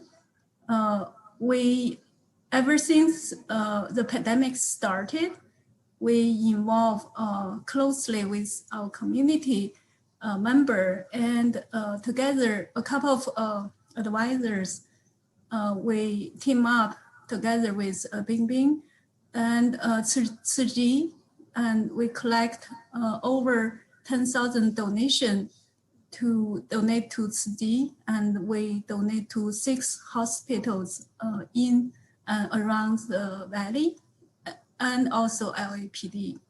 And I want to especially thank Dr. Yan and Dr. Sun and Bingbing for setting up this bridge project to build up the bridge between Chinese community and Black community. And the winter camp was a very successful camp, which is the very first Zoom camp we offered in Chair. And the idea was come up during one of the bridge meeting, and Dr. Yan was highly supportive. And we, with the help of Mrs. Kirsten, who's referred by Dr. Bingbing Li, we approached a couple of Black families, and we finally have 3 Black families joined our winter camp, and 2 high schoolers, they put some effort to become little young teachers for this camp. And we hope they can continue for the coming spring break camp. And Mrs. Kirsten, she's the CSUN alumni referred by Dr. Bingbing Li, and she's a student of Bingbing Li. And she's a Black woman engineer who works in a local company. I believe she's in the audience list, and she told me she's going to join this event. We are in the planning stage to invite her to give us a lecture for the community. Okay, if you want to know more about us, please come to our website. So there are more information there. So I'll pass back to Dr. Sun. Thank you. We have a little break, so I will play just one program from the Cheer youth group. And then we'll move on to Haley Wheeler's part about her study in China. Yeah, I just think I just want to add a few words. Yeah, I'm sorry. I'm so sorry about the. No, don't. I was motivated and inspired by our previous dean, his story, because I visited the 9 countries in Africa, in South Africa, and then also always trying to help the young generations and build the bridge between the different communities, right, to move forward and then get a better future for the young generation. So I think my student Kirsten is also here, and then thank you so much for the support from the China Institute and also Dean Yan Cersei. And my student, I think Kirsten, I want to mention, she's working in nursery grooming, and she's also leading a program in the company for the mothers. I just noticed mothers to promote, the young girls, right, to be engineer. I think this spirit and all this engagement will be moved forward and carried on by more and more young generations, and then we will build a better future. Thank you. Thank you so much. Yeah. Thank you so much, Bingbing. We're all touched and moved by many founders of the China Institute, actually. We'll continue to do our work. We'll continue to go around. We try to pave the new ground. But anyway, let's hear something cheerful a little bit. Let me play one really great song by these 2 young girls.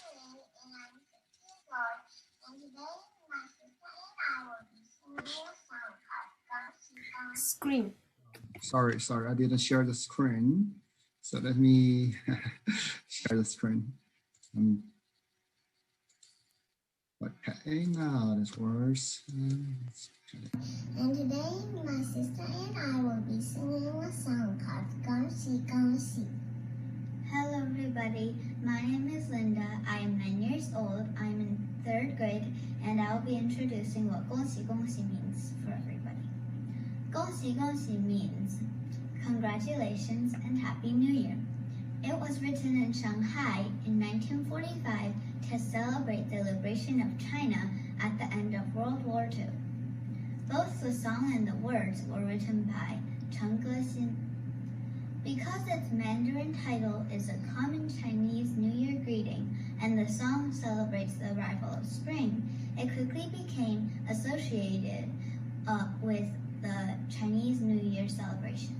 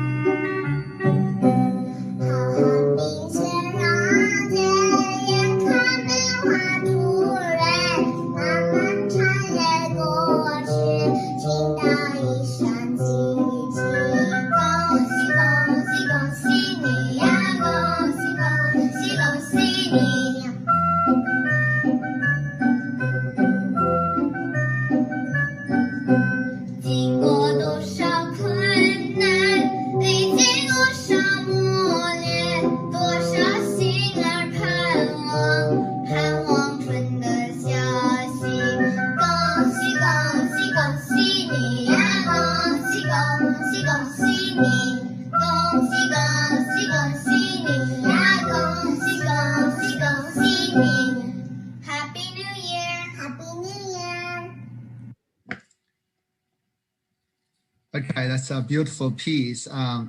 Let's share with another one, which is, let's see.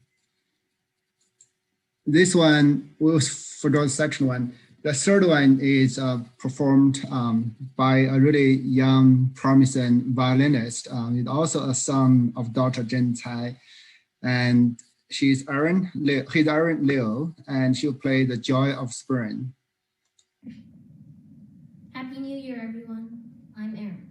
I'm a 6th grader at Chime Charter. Tonight, I'll be playing Joy of Spring. Hope you enjoy.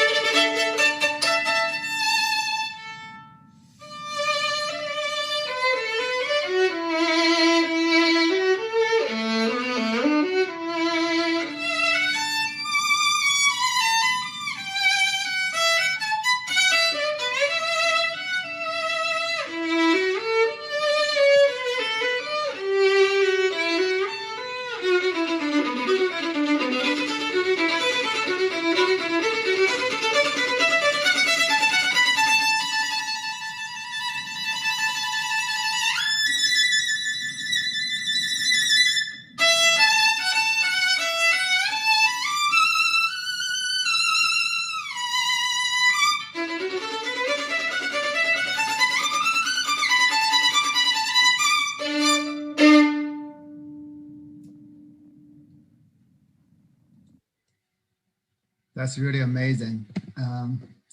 So okay, let's continue with our program. So let me move on. This is actually the last slide that should introduce Dr. Cersei, but we moved on without introduction, and he probably does not need an introduction. So let's move on to Accenture with Haley here. Actually, we skip this part. So I now introduce you our Chinese Scholarship Council Awards recipient in 2018, Haley Wheeler. And she studied in China for a master program, which should last 3 years, but the pandemic cut it short. And the really interesting thing that she was stuck in Wuhan area in Xiaogan actually for more than half a year. And let's hear from her how she thinks about her China study and life experiences. Haley, do you want me to share the slide? Oh, sure, that'd be great. Thank you. Okay, thank you. Let me just share the screen. Slides.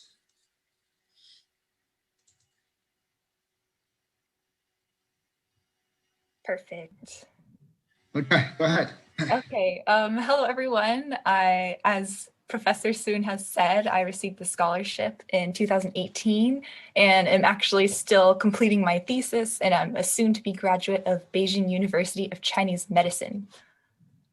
And so I wanted to share with you just a few of my experience. My overall thought of China is, of course, I have loved the whole entire experience, even though there were some hard spots at the end. As was said, I was stuck in Wuhan, but even from the first day arriving in Beijing, even though I was a little bit nervous because it's a completely new culture, I was immediately blown away by how amazing Beijing is. I mean, it's the perfect mix of this ancient and modern culture, and every day I was just in awe of how much you can learn about the Chinese culture, because there's just 5,000 years of history, and it's just a wonderful environment. The energy in Beijing is amazing.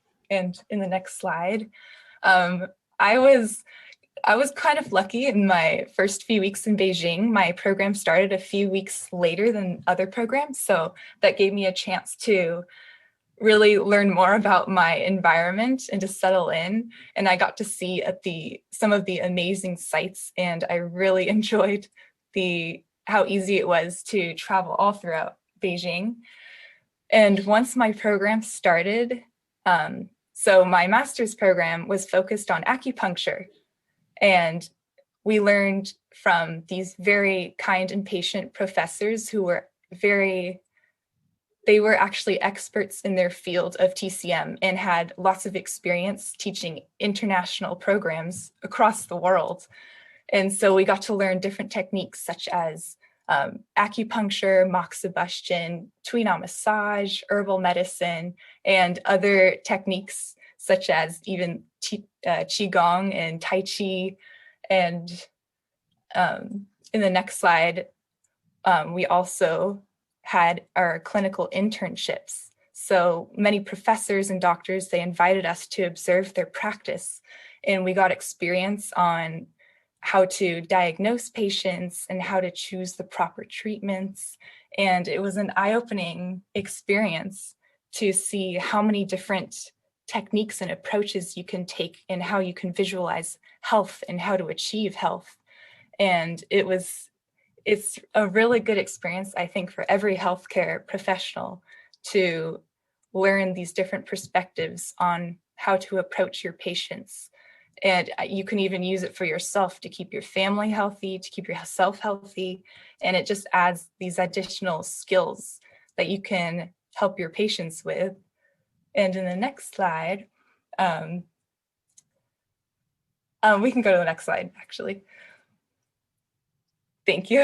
I wanted to also talk about how there are so many people that were involved in my overall experience, and there were so many things that made me call Beijing my second home. I feel like it is. but a huge part of that was the people I met, the locals in Beijing, the students on campus, all the international students, and everyone involved with the CSC. They supported and helped me along the way, and I learned so much. And some of these, I'm still looking forward to returning and seeing all these friends again. And even though we came from all different backgrounds, we shared different cultures, different beliefs, different values, but we still came together and we really enjoyed learning from each other's traditions and perspectives. And that really leads to great personal growth. So I'm so thankful for that opportunity.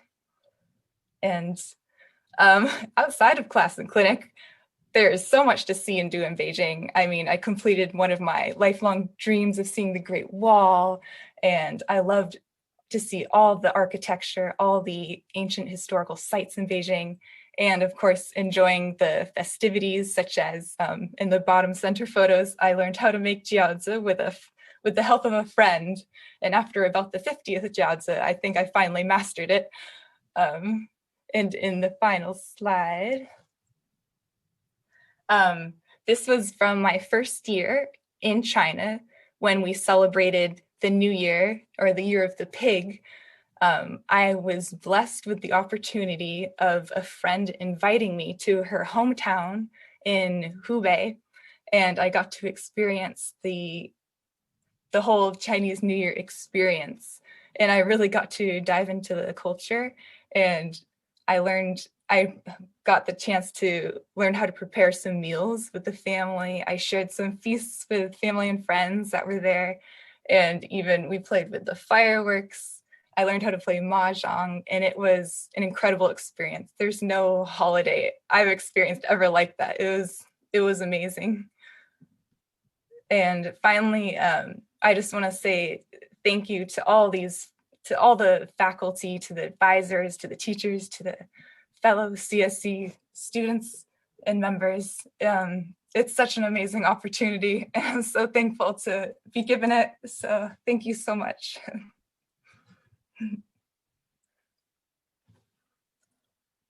Thank you so much, Haley.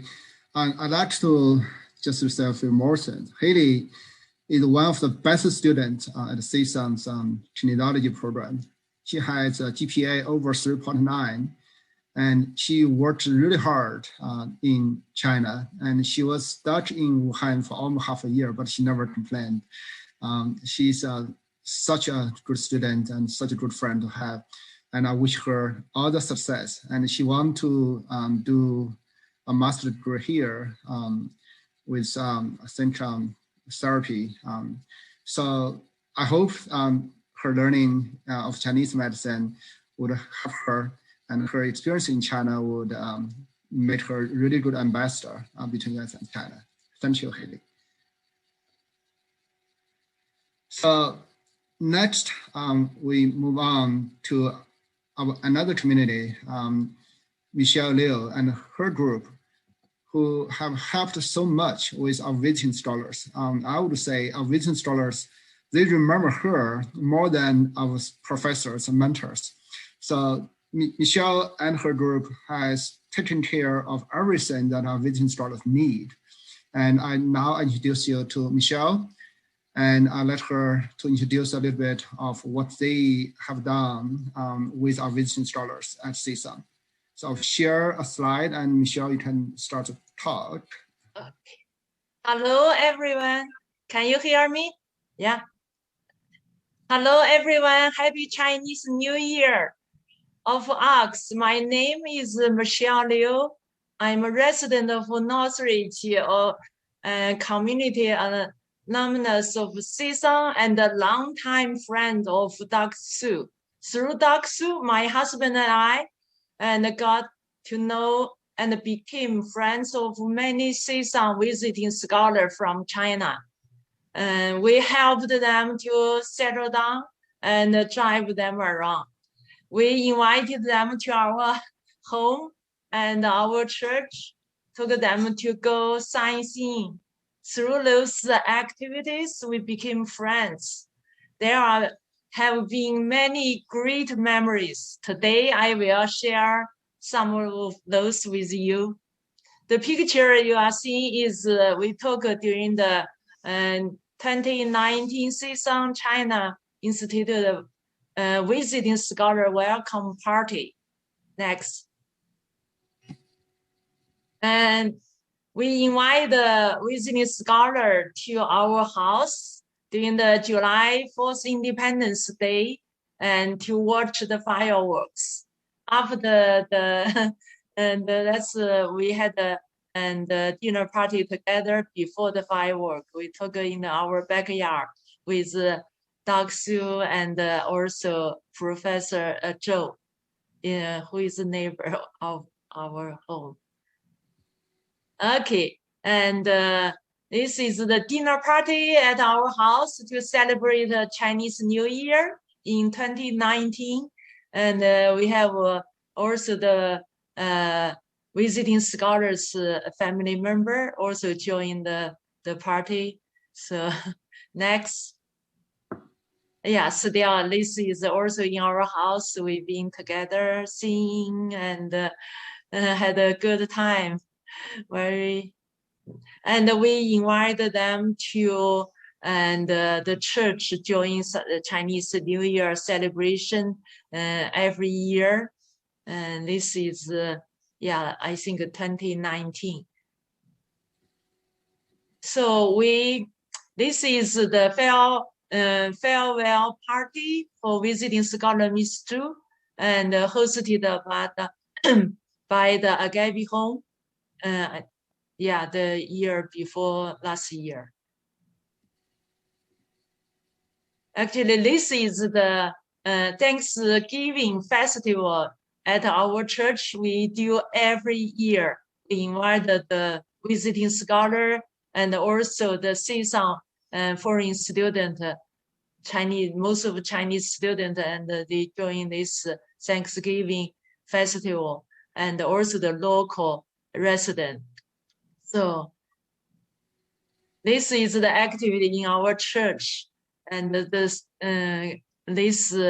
Chinese visiting scholar, they sing the song.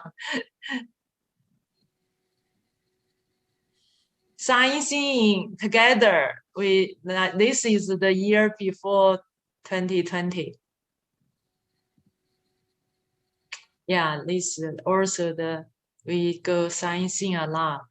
And lots of students, they visiting scholars, they don't know, they at the time they don't have a car, or they kind of need somebody drive them around. So we had a great time together.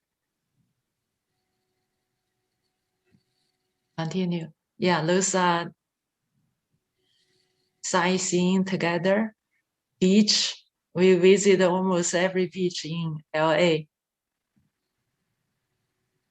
Getty Center. And this is actually, I want to talk a little bit about it. It's a Agape dance team. We promote performance, and we meet every Saturday, 9 to 11, in the Northridge Park, Creation Park. We learn Chinese folk dance together, and then next. Yeah, we dance in a different gathering, celebration. Next, we perform in the community senior center. Next. And this is the 2019, we actually performed in the Chinese celebration, organized by CSUN China Institute. So we planned to do the same, but since the pandemic, we cannot, but we do have a dance performance. We are, and performed by our dance team director, a former ballet dancer from Beijing, alumnus of CSUN, Mrs. Carson. She will dance a short piece of ballet and Chinese folk dance, My Hometown, 九寨. Let's enjoy. Yeah, I just say one more thing before we play the dance. The community headed by Michelle Dale really make our visiting scholar and students' life easier. They're here to study in a very foreign land and facing a lot of pressure on academics. But the community makes them feel at home. And I can't thank Michelle and her group enough to express my gratitude. Okay, now let's see the dance by Sui Hong, one of the former Beijing ballet member. Thank you.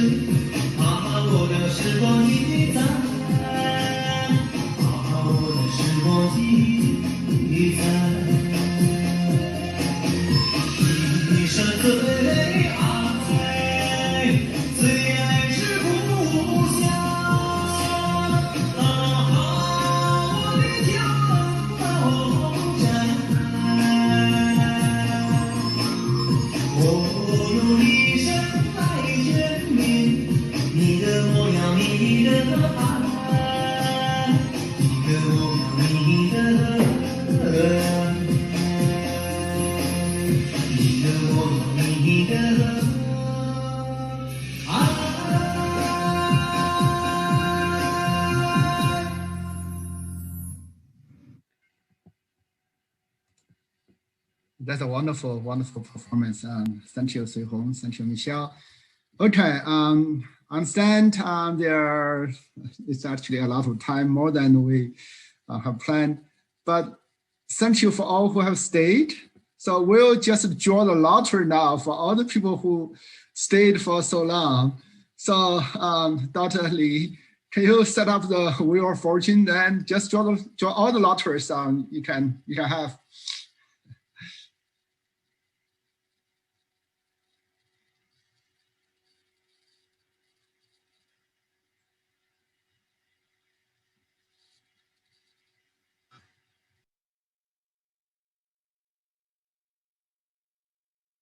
You can see my screen, right?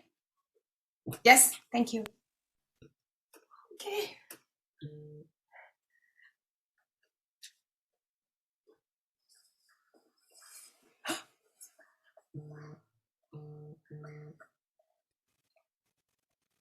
CSUN, I don't know if I spelled the name wrong, but that's Susan Tang, right? Okay, but I know the email address. Congratulations, that's our first one for the second round. Okay, let's do one more.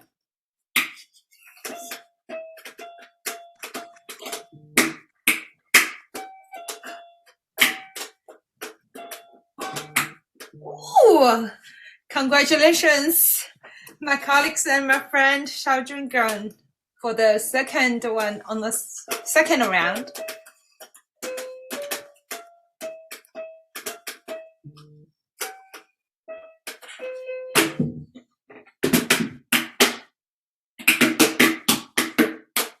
Xu Zhang.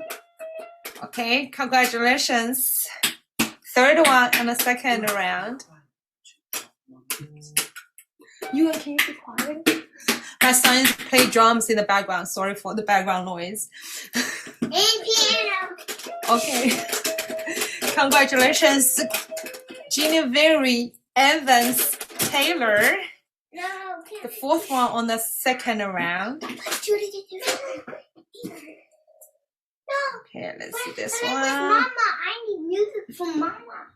Oh, I don't need any music now, okay? What happened?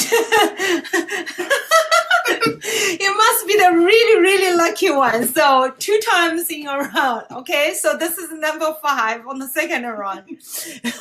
His name appears twice. Really lucky one tonight. Keep joining. I promise I didn't have his name twice on the list. Hey, what happened?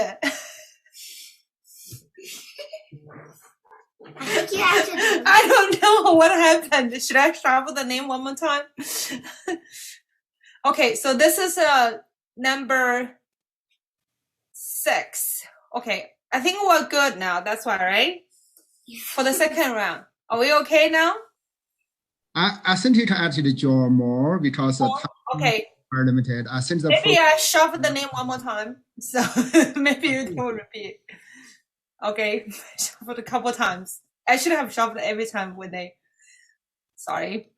First time using this wheel of names.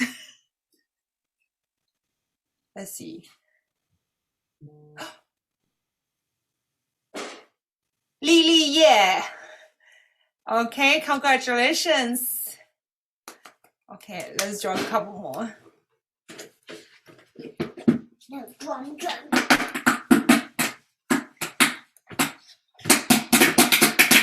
Wow, Jeff! Congratulations, you! 坚持到底就是胜利。Wei Min, just let me know if you want me to stop, okay? I'll keep going because now we have 13 winners and there are 2 repeated ones. Some people are not present, so you just keep going. Okay.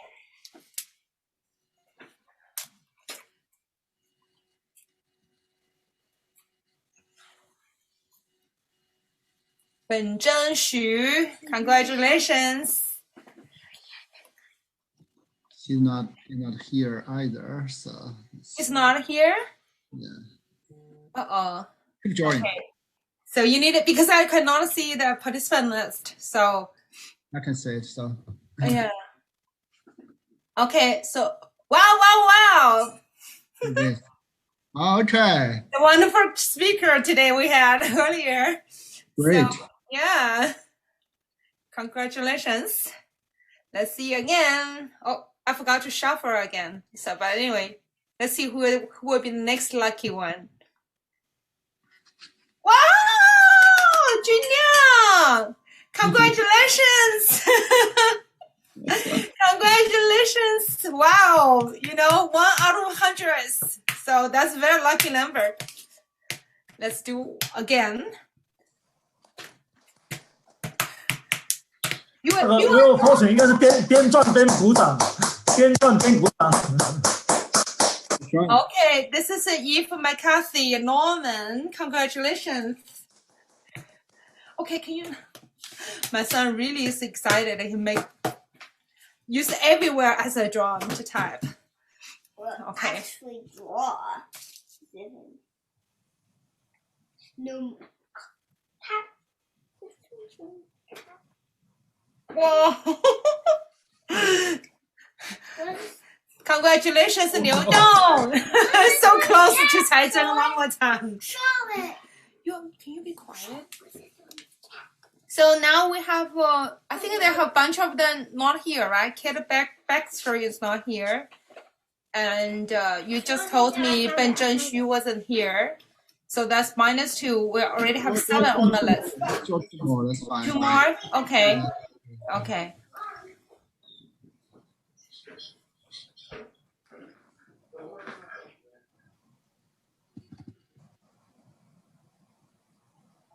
Wow, Kimberly and Ray Dodo. Congratulations. Let me do one more before I do that. Let's shuffle one more time. One more time. Okay, let's go.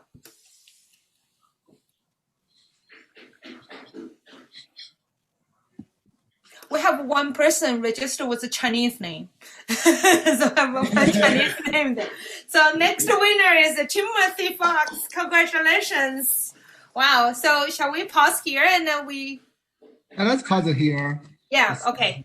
That's sharing. Yeah. Okay. Okay. Now let's, I think the program is officially over, but still we have some performances. I hope you can stay and enjoy. Let's see.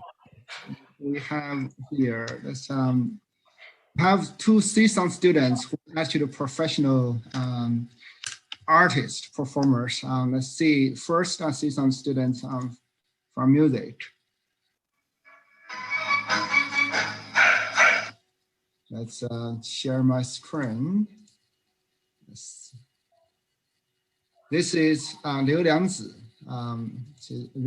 She's a music student at CSUN. And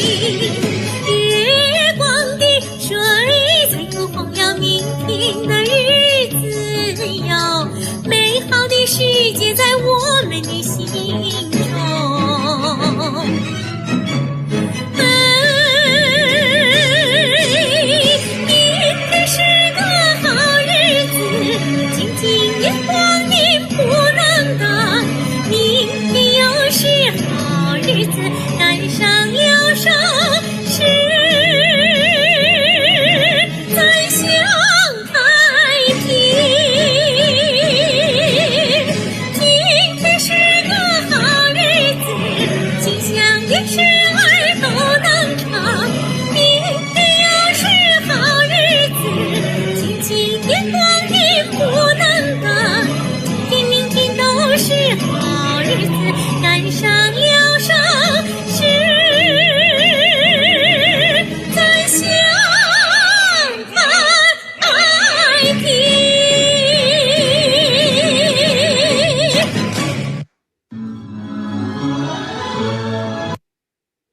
All right, we have another performance by also a professional singer who is now a student at CCVA learning directing by Yang Ziping.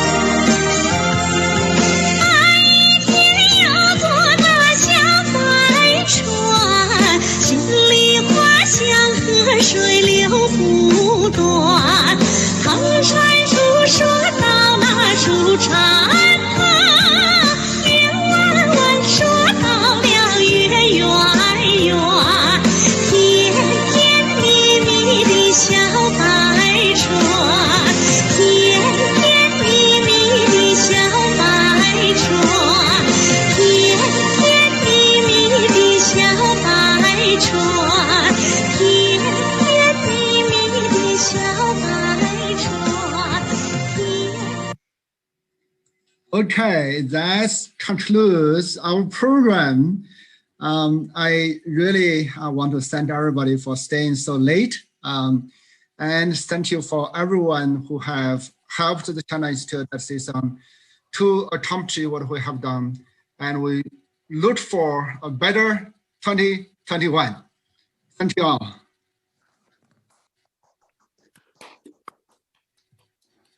难忘记